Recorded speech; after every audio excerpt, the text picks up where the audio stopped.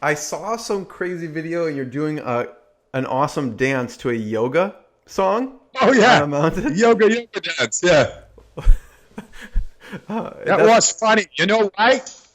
why I did that when we arrived at the top with this research team to of the Mount university Kilimanjaro, the top of where? in Poland. Oh, in Poland. Okay. It, it's in Poland in wintertime, Mm-hmm. and and yes, we go always to the summit over there after 4 days of training. Wow. All in short, like five Yeah. hours exposed to the cold, Wow. freezing temperatures, Yeah. and enabling us to do funny things.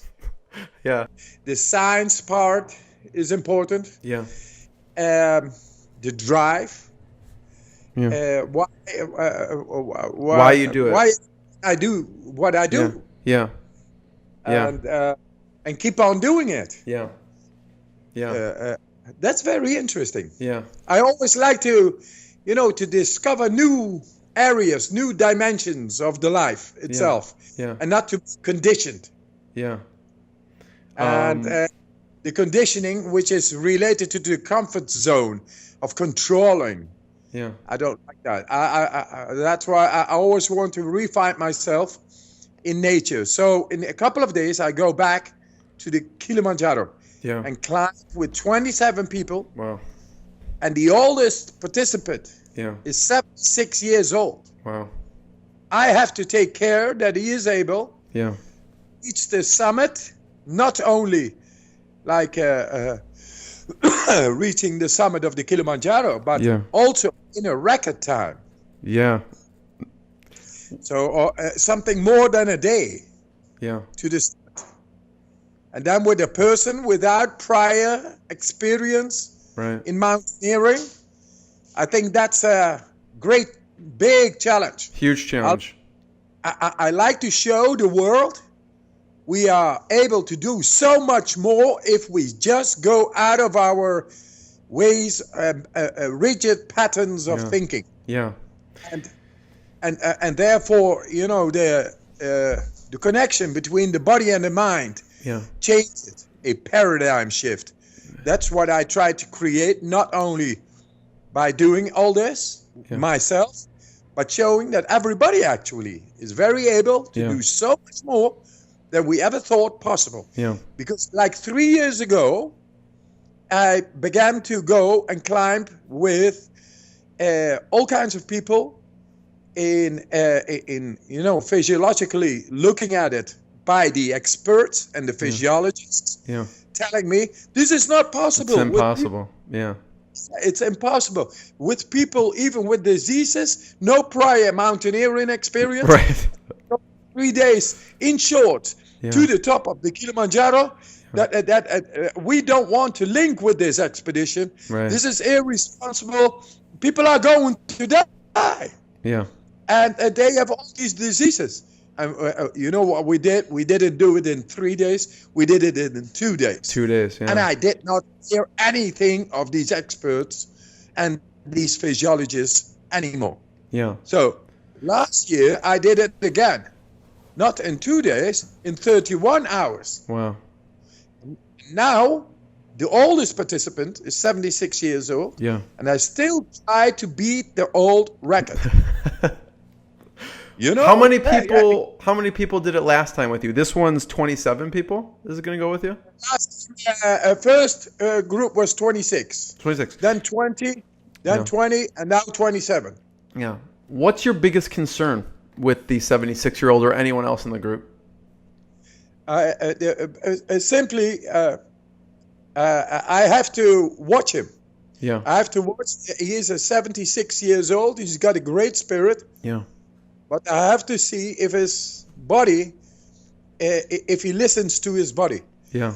I think he is able, by using the techniques properly, Yeah.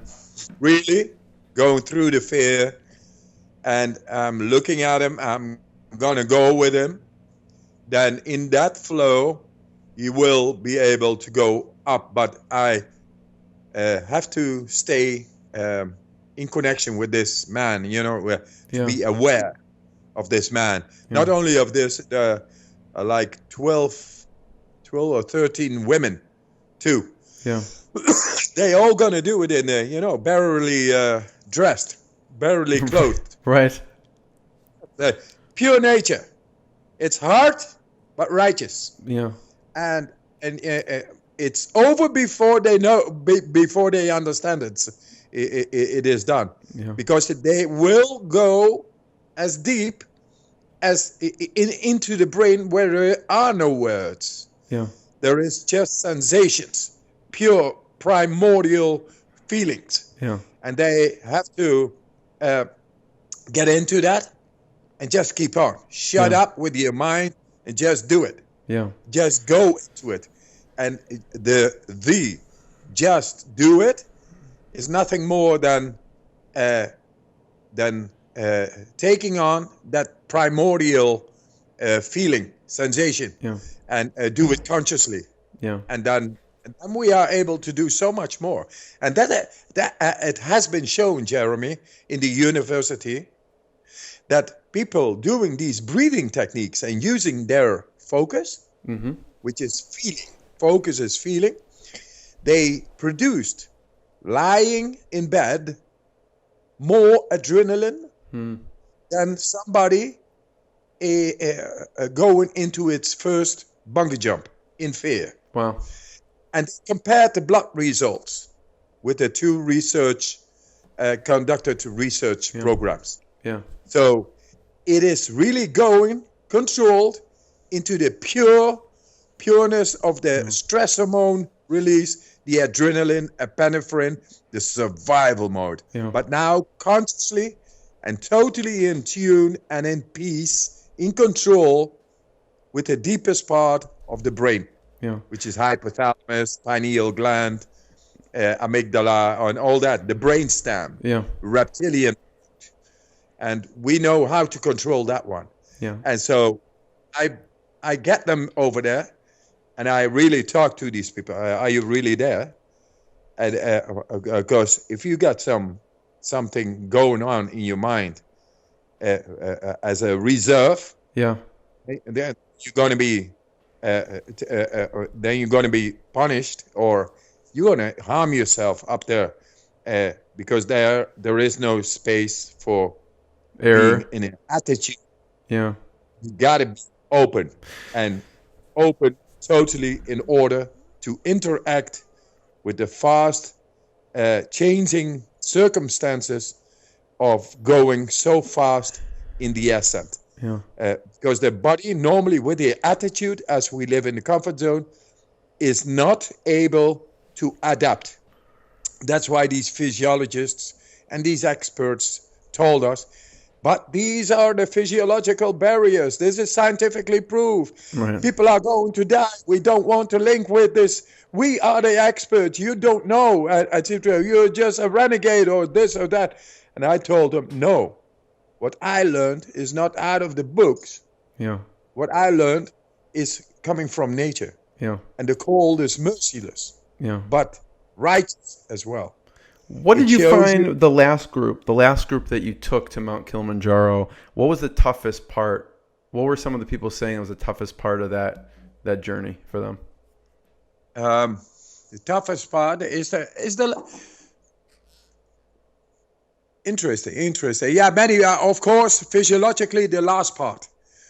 But if people were so motivated until almost 5,000 meters, which is 15,000 feet. Yeah. Very, very motivated. And then, there were two people.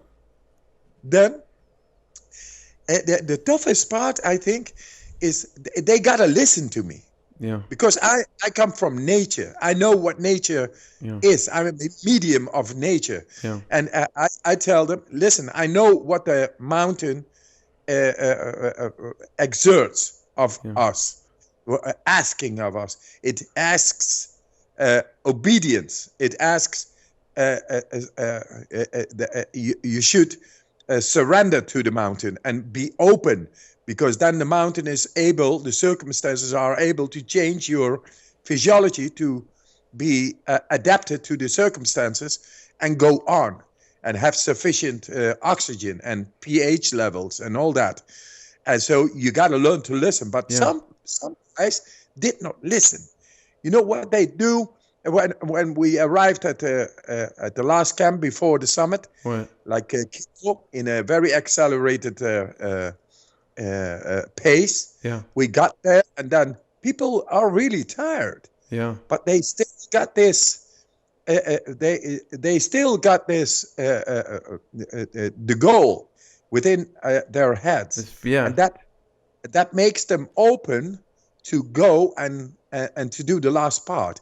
But then two of these guys, they were like, I like to lie down and no, why do we need to go now? And they're doubting things.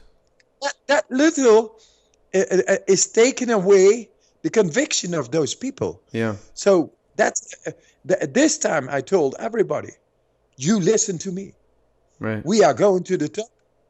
We got it in our head, and nothing will come in between. Yeah. I know it will work if you just don't have your head messing up whatever blocks the adaptation, which is natural when you are open and you are able to do so much more, but don't get in between. So you listen to me. So I make sure, that's for me the toughest part. Yeah. Beside of that, to take this older guy, the 76-year-older guy, Hank, to take him to the top and to guide him, because his spirit is surrendering, is humble, is okay, is strong, but his body, he should not. It's a very delicate point with him, and but I really want to reach with him in a record time, the summit, to show the world, hey man, 76 years old, in shorts, in something more than one day, getting to the summit. This is far, far past beyond no going, limitations. And so if we are able to show that once again, it will open up people's eyes. And this is just in a couple of days beginning. Yeah. So I'm very excited right now doing that. And every time when I do a record, in the ice or swimming under the ice, or I think you have 21 of them at this point, or anything, in the extreme. Yeah. I'm very, very excited. I'm silent. I know I got to be like an animal, like nature. Yeah. Pure into nature. I got to be obedient to the natural laws within, and it enables me that what I program me to do, like a record or this or that, to become 100% feeling. Yeah. And not go beside of that. Yeah. Yeah.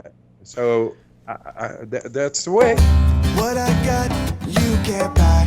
It resides between my eyes. Walked through the fire, came out better on the other side. See, life's like a beach if you find the sand. And right now, I feel like $100,000. You are listening to Inspired Insider with your host, Dr. Jeremy Wise. Dr. Jeremy Wise here, founder of InspiredInsider.com, where I talk with inspirational entrepreneurs and leaders like the founders of P90X, Baby Einstein, Atari, many more, how they overcome big challenges in life and business. Today, I am especially excited. We have Wim Hof. He's known as the Iceman for his ability to withstand extreme cold and control his autonomic nervous system. More remarkable, Wim, is, in my opinion, your proven ability that this can be learned, and you've actually taught other people. And we're going to talk about the study when you train people and they got injected with the endotoxin with no side effects. You led groups to Mount Kilimanjaro in just shorts. Wim holds 21 world records, including one staying immersed in ice up to his neck for an hour and 52 minutes, which completely baffled scientists and myself until I took his course. He reached the top of Mount Kilimanjaro in his shorts within 2 days, climbed Mount Everest wearing nothing but shorts and shoes, completed a half marathon above the Arctic Circle in Finland in temperatures close to -20, Celsius and -4 Fahrenheit, dressed in nothing but shorts, and even went to the opposite extreme and did a marathon in the desert without water. Wim, thanks for joining me. Thank you, Jeremy. What's your mission? What drives you to keep doing this? What's your My mission is to bring happiness, strength, and health for everybody. That means love, and the love of that. I'm endorsing it by scientific scrutiny. Yeah. By ciphers and figures and statistics. So to take away the speculation, to take away the doubtfulness, to take away the absence of confidence and belief. So actually, I'm bringing back the belief that we should love each other. And now scientifically endorsed, we are able. What does a mother want for his child? Yeah. Isn't to it be happy? Isn't it happy, strong, and healthy? Sure. Okay, we will show just that, and that's my mission. That people can control this. Yes. Yeah. And it's not like being Puritan, Yeah.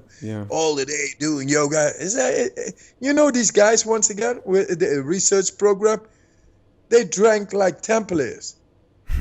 They had a good time, but Right. during the day, they were really on to it, Right. training like hell. Yeah. And they got to heaven. I mean, heaven is within. That means control. And then when a bacteria comes in, no chance.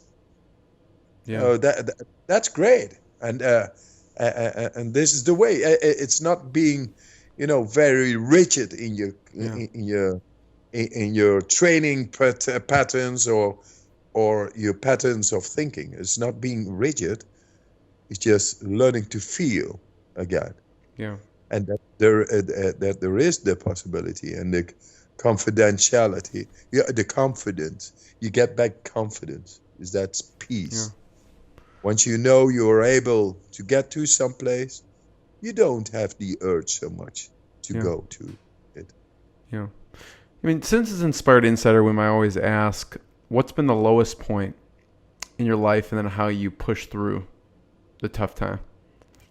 That's the loss of my wife. The loss of my love. That's it. And because anything else I can deal with. Right. But it takes two to dance the tango, or to rock and roll, and I love my wife. I love the children. That's such a beautiful thing. So that's the life itself. But for the rest, that's it. No, it's the love of the life. That's it. That's the woman. As tough as it gets. Yeah. Yes, this is as tough as it gets. Yes, the loss of my wife. Yes. Yeah. I mean, at that point, you didn't have the same knowledge you do now. What did you do then to cope? Exactly. I did it instinctively and intuitively. I needed to be there for my kids. Yeah. It's very cruel in that sense too. Yeah. It doesn't give you a time to think about the loss. It makes you got to take care of the kids. Yeah. Now shut up and go do it. Right. Here you got the energy. It won't be bothered. We will stash away the grief, and you will work it out later. But your grief has its ways to mutate, and it gets into the life and it influences the life in a different way. Yeah. And you don't understand it anymore. But it's like it's suppressing you. And finally you can work it out, but it takes years. But nature tells a father who lost his dear wife, staying there with 4 kids. Yeah. You got to take care of the kids. Yeah. And that's what I did. So I learned a whole lot, and life is beautiful, but it can be very difficult and very hard sometimes. Yeah. But with the right belief and the right control chemically inside, follow your intuition and instinct, and it all come together. Yeah. Just breathe better, have cold showers, stay on focus. What's been the proudest moment for you? Proudest. Many proud with my children of their. I was always with the school. I played a lot with my kids, and I actually copied my parents. Yeah. You know, being Papa and Mama, both of them, just in school. Have your head on your shoulders, then the rest will follow. And I played a lot with them. Yeah. So I'm very cosmopolitan. So I'm not just of being Catholic or Islamic or Hinduistic or whatever, or just science. No, I'm all these things. So I wasn't really narrowing their consciousness. I see. And so I took them to school, and then I saw that they performed really well in school. Yeah. And they all, passed the university and all that. And they all have their masters. And it's not I think it's because I learned them how to focus, just to be, out of love, but also very, making them very conscious of the fact that they are able to develop the brain in a natural state and bringing about the best. Now that made me proud, of course. Yeah. Then when the television came, it is a very interesting part. Yeah. I'm very proud of my scientific breakthroughs. Mm-hmm. That's but when I began to have contact with the television, like 16, 17, 18 years ago, then I began to do these records, these feeds on television. And once again, whenever I did a record or a feed or this or that, I had time to cry.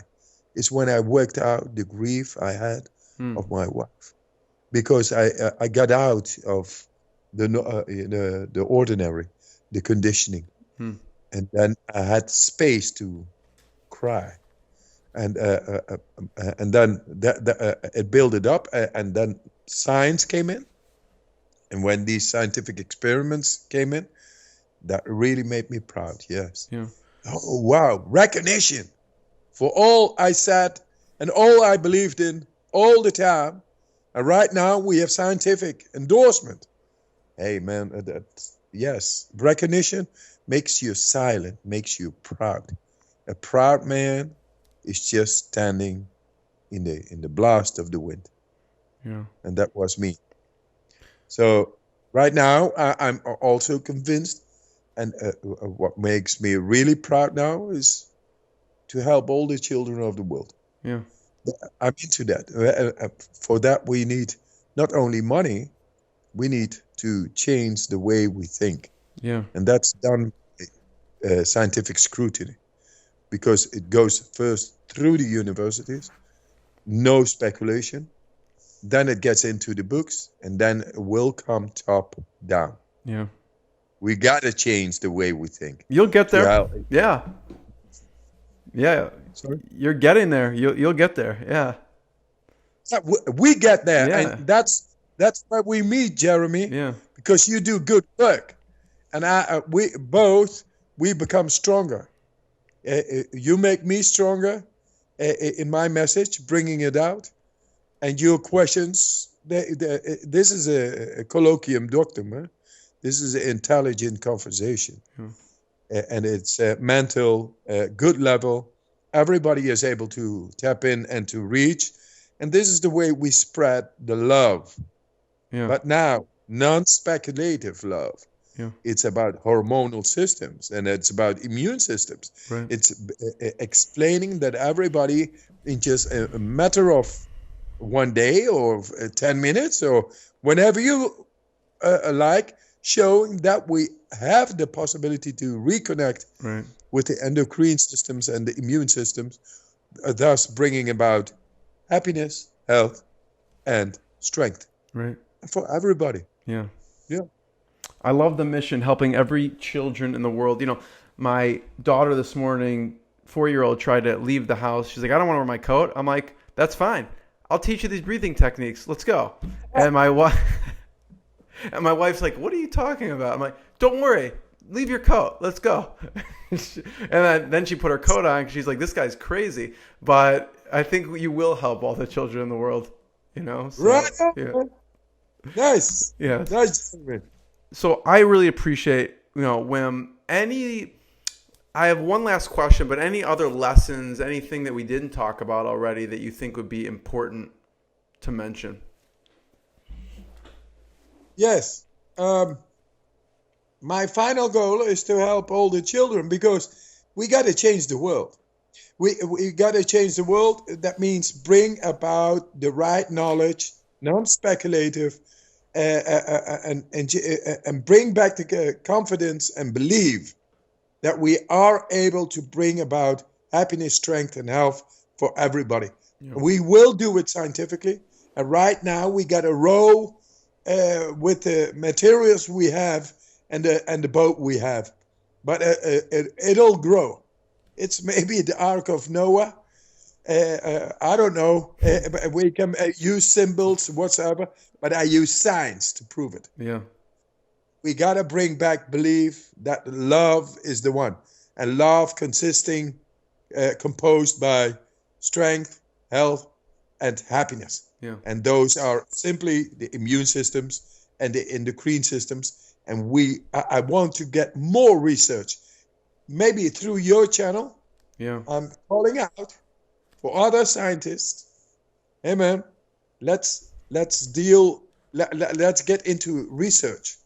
Yeah, who's the ideal people to hear your message and get in touch with you? Is it like PhDs? Who are the ideal people? I think to spread your message that's a great channel. What is another channel? For example, Hollywood, and another one is science. Mm-hmm. So the three of them, if they work together, it's like the Three Musketeers. What was the first one? You said Hollywood, science, and what was the first one? Podcasts. Oh, podcast. I got it. Your work is a window. It's a great window. Yeah. Very important. Yeah. Great work. Yeah. Well, we'll make that happen. You're already making it happen. And last question, Wim. Tell people where they can find Wim Hof method. What should they check out on your site, or to either take your class, or I know you have an in-person class that you run as well. Yes. We got a website for that, and that's the innerfire.nl. NL is for the Netherlands. Right. Very soon, we are working with people in the US right now. And, Laird Hamilton. Yeah. He's the big wave surfer. Sure. He's a friend of mine. And we are going to work together. He's a great guy. He's doing this method. He's really onto it. Yeah. And yes, the U.S. market is great. These people are very motivated. I think we need to get into the U.S. Better. Yeah. Because this is like it's like the Holy Grail. Yeah. Because we get into the DNA. And that's it. We get into the DNA, the stem cell, the telomere, and we are able to change the chemistry in just no time.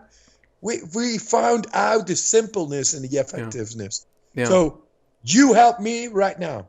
Yeah. And that's good. And what we do right now is the best we can do right now. Yeah. And people who are listening to this, they will understand. They will see the sense of this, and they will understand. And they say, the one who looks, he will find. Yeah. And if they look at this, they will find answers. And they will come with their insights, and their power, and contribute. Because in the end, everybody wants to, to experience love and to share the love. But they don't know how to do it and what tools are able to overcome the speculation and the hectics of the day and the comfort, behavior and all that. Now they will have the tools and they will know. And that's why they will contribute and help. Because we got to help each other. We are friends. We love each other. We love the life. That's where we are. We can make the change. When's the next time you're going to be in the U.S.? That's in 2 months. 2 months. We'll go to Hawaii. And right now I got a Professor Buchel in New York. Mm-hmm. He wants to go with me from New York to Boston, to Harvard University. Okay. We're going to talk about stem cell research, and then the Yale University, and talk. But it's still premature. He's organizing it. Yeah. It's got to be done. And then I want to go to Hawaii. Yeah. To Laird Hamilton, and he is organizing. An idea of mine is to mount Mount Akea, which is the biggest mountain on Hawaii. Yeah. And it's going from the tropics to the snow on the mountain, 3,400 meters. It's like 13,000 feet or something. There is snow in the tropics. And we will go all the way up to the summit and dance all night long in shorts. Yeah. Like the haka, like something very primordial, and change the saying, Hawaii about palm trees. Now they will then begin to little by little begin to say, as cold as on Hawaii. So that's in March. Yeah. Then we see, because the U.S. is a great country with great people. Yeah. And I like to reach all those people who have such a motivation. And we got the tools. And together we can change so much for the good. Because in the end, it's about the love and it's about helping the children in the world. Yeah. So that's what we do. Wim, this has been absolutely fantastic. I mean, your energy, your happiness, your love is contagious. And everyone should check out WimHofMethod.com and InnerFire.nl. And this has been absolutely great. Thank you so much. Thank you very much for your patience, Jeremy. I love your work. You're a very good man. Thank you. We keep on.